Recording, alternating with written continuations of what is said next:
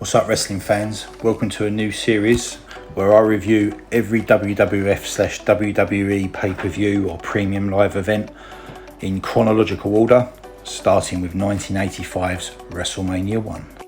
WrestleMania was the first professional wrestling pay-per-view event produced by the World Wrestling Federation. It took place on March the 31st, 1985 at Madison Square Garden in New York City with an attendance of 19,121. The event was seen by over 1 million viewers through closed-circuit television, making it the largest pay-per-view showing of a wrestling event on closed-circuit TV in the United States at the time. The event itself consisted of 9 matches, headlined by the tag team match between the Immortal Hulk Hogan and the A-Team's Mr. T, squaring off against Rowdy Roddy Piper and Mr. Wonderful Paul Orndorff. Highlights of the undercard included a WWF Women's title defence in a match between Leilani Kai and Wendy Richter, and a WWF Tag Team Championship contest between the team of Bray Wyatt's father, IRS Mike Rotunda, and Four Horsemen legend Barry Windham, taking on the evil duo of Nikolai Volkov and the late great Iron Sheik. Quite a few celebrities were also in attendance in various forms, including 1980s pop legend Cyndi Lauper, boxing great Muhammad Ali, and Liberace. During the 1980s, the WWF's main competition had come from Jim Crockett Promotions, which would later become WCW. Vince McMahon had countered Jim Crockett's successful Starrcade events, which had begun airing annually in 1983, by creating the WrestleMania franchise. And for the first WrestleMania, McMahon had began cross-promoting with MTV. This pairing would end up in a cross-promotion of 2 wrestling events that would take place over the next year. The first was the Brawl to End It All, which aired on July the 23rd, 1984, and where a match from Madison Square Garden was broadcast live on MTV. In that match, Wendy Richter, who aligned herself with Cyndi Lauper, defeated the 190-year-old Fabulous Moolah, who was backed by Lou Albano, to win the WWF Women's Championship. At the second event, the War to Settle the Score, which was aired on February the 18th, 1985, Leilani Kai, who was accompanied by Moolah, defeated Richter, who was once again accompanied by Lauper, to win the Women's Championship. Aside from Lauper, other celebrities who also appeared on those 2 events in the build-up to WrestleMania, including the previously mentioned Muhammad Ali and Liberace, as well as Major League Baseball manager Billy Martin. Now on to the actual event. It was opened by interviewer Mean Gene Okerlund singing the national anthem. It had originally been due to be sung by a celebrity, but Mean Gene and Vince McMahon never revealed the name, and the celebrity never turned up on the night. The first match of the evening was between Tito Santana and the Executioner, who was Buddy Rose going under a mask. Santana won the match after applying a figure-4 leg lock on the Executioner, which was a shot at the current Intercontinental Champion Greg the Hammer Valentine, as the figure-4 was his finishing move. Following the match, King Kong Bundy, accompanied by his manager, the Man for the South Jimmy Hart, and Special Delivery Jones made their way to the ring. After crushing his opponent against the turnbuckle and landing on him stomach first, Bundy pinned Jones. The WWF's official time for the match was a then record time of 9 seconds, a record which was surpassed by The Rock beating Eric Rowan at WrestleMania 32, although that match actually lasted 25 seconds. The next match was between Ricky the Dragon Steamboat and Matt Bourne. Bourne would later go on to portray Doink the Clown, one of the most memorable characters from the 1990s in WWF. Steamboat took the early advantage in the matchup until Bourne flipped him over and slammed him into the mat using a belly-to-belly suplex. After performing a flying crossbody though, Steamboat was able to pin Bourne for the win. After that match ended, David Sammartino, accompanied by his father Bruno Sammartino, headed to the ring to face Brutus the Barber Beefcake, who wasn't actually the barber at that point, who was accompanied by his manager, Johnny Valiant. The action favoured both contestants, as each wrestler alternated having the advantage. After Beefcake threw David out of the ring, Valiant helped him up and slammed him to the cement floor.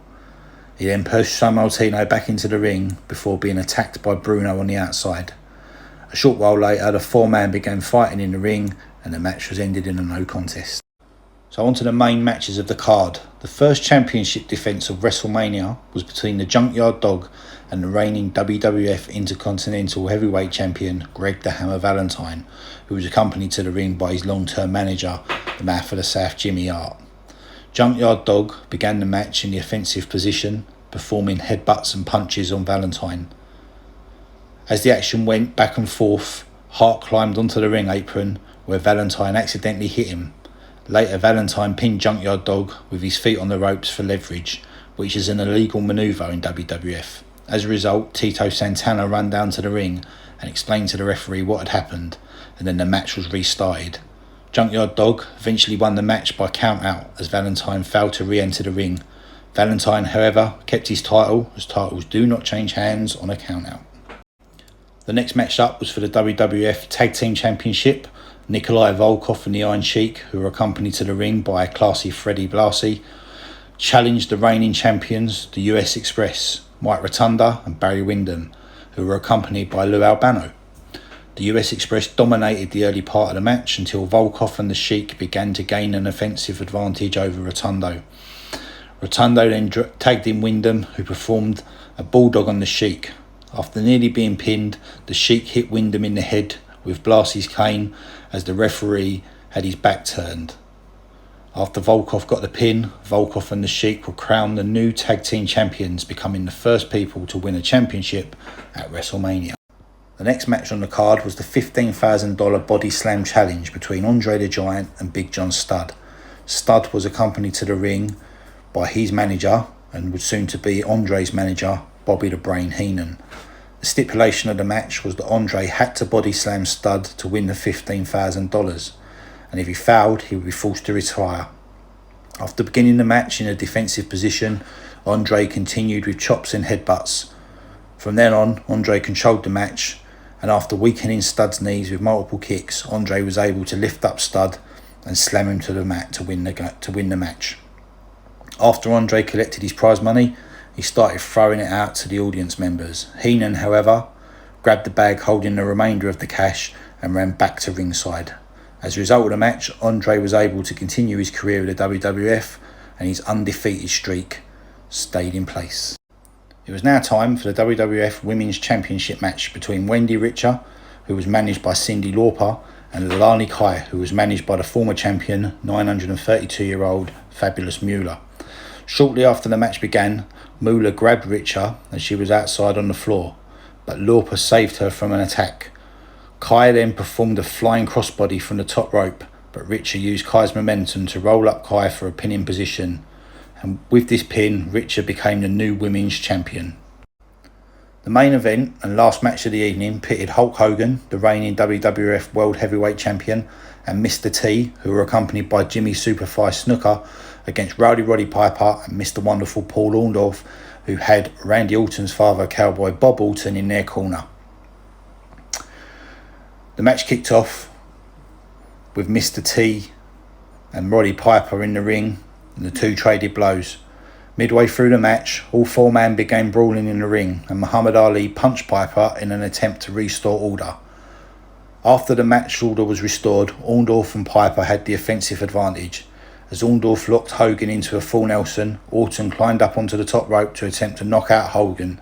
Instead, Orton mistakenly hit Orndorff and Hogan pinned him to win the match.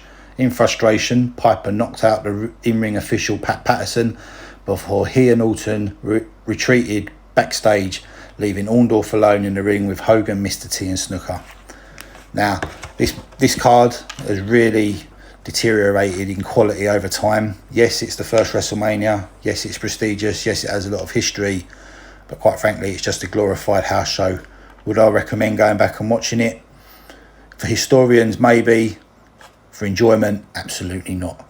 Thumbs down from me.